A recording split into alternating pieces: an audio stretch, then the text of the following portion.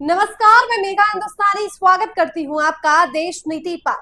राहुल गांधी के संसदीय सदस्यता को रद्द करने और उनकी नागरिकता को लेकर न केवल सवाल खड़े उठ रहे हैं, बल्कि भारतीय जनता पार्टी राहुल गांधी को कुछ इस तरीके से फंसाना चाहती है कि उनको दोनों ही मुद्दे पर घेरा जा रहा है। अब आपको बताएं कि बहुत पहले से इस बात पर विवाद चल रहा है और कुछ समय में ज्यादा तूल पकड़ लिया है कि आखिर राहुल गांधी ने ब्रिटेन की नागरिकता क्यों ली और आखिर ली भी या फिर नहीं ली। तो इसको लेकर जो अभी जांच चल रही है उसमें कोर्ट ने मांगा है 2 महीने का मोहलत कि 2 महीने की मोहलत में इस बात पर चर्चा होगी, सुनवाई होगी, जांच होगी कि राहुल गांधी की सदस्यता में क्या दोष है या राहुल गांधी की सदस्यता ब्रिटेन की है या फिर नहीं। और इसके लिए ब्रिटेन की जो गवर्नमेंट है, सरकार है, उनको एक ईमेल भी भेजा गया है। यानी जांच तो पूरे जोरों शोरों से की जा रही।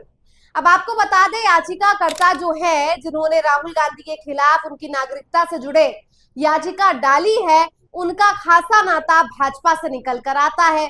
साथ ही ऐसा पाया गया है कि भारतीय जनता पार्टी के समीप के जो लोग होते हैं या भाजपा के संदर्भ में जब कोई मुद्दा उठता है तो याचिका डालने वाला कोई निष्पक्ष व्यक्ति नहीं निकलता, ना ही कोई ऐसी संगठन निकलती है जो संगठन का कोई लेना देना किसी राजनीतिक पार्टी से ना हो, बल्कि हमेशा ऐसे संगठनों और ऐसे व्यक्तियों में मोदी जी के करीबी और भाजपा के करीबी संघ के करीबियों का नाम निकल कर आता है। और एक बार फिर से याचिकाकर्ता जो है भाजपा से जुड़ा निकल कर आ रहा है।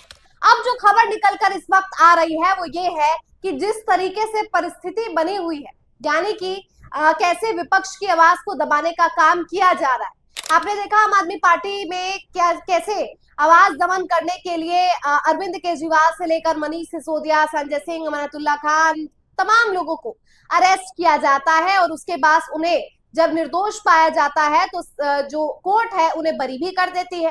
लेकिन सवाल है, जब इतना ज्यादा इमेज पर डेंट लग जाता है तो डैमेज कंट्रोल करके अब क्या फायदा। आम आदमी पार्टी चुनाव में हार जाती है, जिसका प्रमुख कारण भारतीय जनता पार्टी की रणनीति भी थी, जिसके तहत विपक्ष को जेल पहुंचाने का काम किया जाता है। अब आगामी चुनाव जो है आने वाले हैं, विधानसभा चुनाव कुछ अलग अलग राज्यों में भी है, बिहार में भी है, और ज्यादा समय नहीं बचा है कि इन चुनावों को मद्देनजर रखते हुए कुछ साल बाद जनरल इलेक्शन भी होना है। तो कहीं ऐसा ना हो कि राहुल गांधी की पेच जो है वो फंसा दी जाए और इन चुनावों से पहले ही उनके संसदीय सदस्यता को रद्द करने के लिए भी बड़ी प्लानिंग प्लॉटिंग की जा रही है। अब सवाल है कि आज कोर्ट में हुआ क्या। दरअसल केंद्र सरकार ने जो है इलाहाबाद हाईकोर्ट में पूरा मामला है, उसमें इस बात को लेकर कहा है कि कहां तक प्रोसीजर आगे बढ़ा है। तो इसमें अगली सुनवाई जो है वो अप्रैल में हालांकि होनी है, लेकिन 2 महीने का जो मोहलत है वो कोर्ट की तरफ से पूरी जांच के लिए मांगी गई है। तो सवाल है कि आखिर 2 महीने बाद क्या कुछ हो सकता है। क्या राहुल गांधी को फंसाने के लिए लगातार एक के बाद एक उन पर याचिका डाली जा रही है। अभी ये याचिकाओं का दौर जो है वो आम आदमी पार्टी के साथ भी हुआ था। कैसे गोवा के इलेक्शन से संबंधित उनके खिलाफ एफआईआर दर्ज की गई थी। ऐसे ही जो नेता का वर्चस्व किसी राज्य पर या देश में बढ़ता है तो उसको मद्देनजर रखते हुए भारतीय जनता पार्टी जवाबी कार्रवाई के तौर पर उस नेता के जो छवि है उसको धूमिल करने के लिए इस प्रकार के घृणित कदम उठाते हैं, जिसमें उनके ही संबंध के लोग याचिकाएं डाल देते हैं ताकि कोर्ट में पूरा मामला जो है चलता रहे और कुछ ना कुछ बातचीत होती रहे, सबूत पेश किए जाते रहे, तर्क देते जाए रहे, साथ ही दलीलें पेश होती रहे, ताकि राहुल गांधी के संसदीय सदस्यता और उनकी नागरिकता को लेकर अगर पेच फंस जाता है तो आगे बहुत से सालों के लिए उनको न केवल चुनाव से बाधित कर दिया जाएगा, बल्कि मौजूदा जो उनकी संसदीय सदस्यता है उसे भी खारिज करने की मांग की जा सकती है।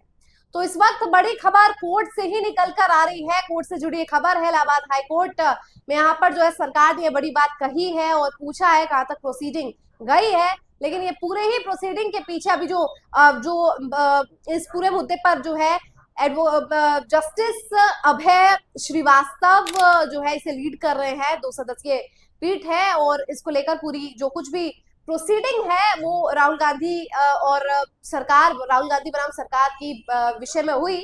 अभी कोई ऐसी अपडेट नहीं है जिससे कोई निष्कर्ष निकाला जाए, लेकिन अप्रैल में अगली सुनवाई और देखना होगा कि अगली सुनवाई पे क्या कुछ आगे बात सामने आती है। आपकी क्या राय है इस पूरी खबर पर? कमेंट करके बताइए। मुझे दीजिए इजाजत, देखते रहिए देश नीति। धन्यवाद।